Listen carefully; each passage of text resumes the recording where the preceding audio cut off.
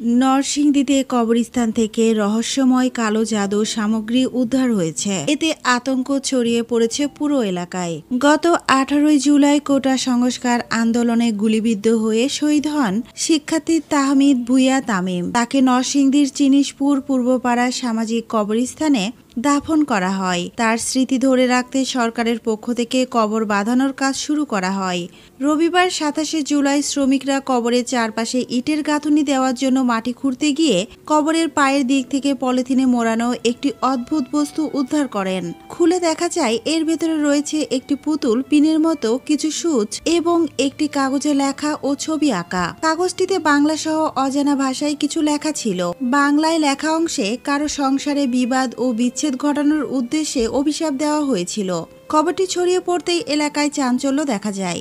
সামাজিক যোগাযোগ মাধ্যমে মুহূর্তেই ভাইরাল হয় ছবিগুলো।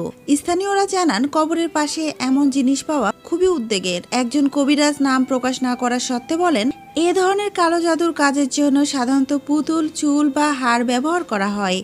এগুলো কবরের পাশে রাখা হয় বা কোনো পাখির ডানায় বেঁধে দেওয়া হয়। তাহমিদের বাবা রফিকুল ইসলাম ভূঁইয়া জানান, অদ্ভুত বস্তুগুলো তাহমিদের কবরের পায়ের দিক থেকে এবং পাশের আরেকটি কবরের মাঝামাঝি স্থান থেকে পাওয়া গেছে। এটা শুধু তাহমিদকে কেন্দ্র করে করা হয়েছে কিনা নিশ্চিত করে বলা যাচ্ছে না। তবে ঘটনা অত্যন্ত দুঃখজনক। বৃষ্টির কারণে কবর বাঁধানোর কাজ সাময়িক বন্ধ থাকলেও সোমবার সকাল থেকে পুনরায় কাজ শুরু হয়েছে। এই ঘটনায় এলাকাবাসী ভয় ও ক্ষোভ প্রকাশ করেছেন এবং কবরস্থানে নিরাপত্তা বাড়ানোর দাবি তুলেছেন।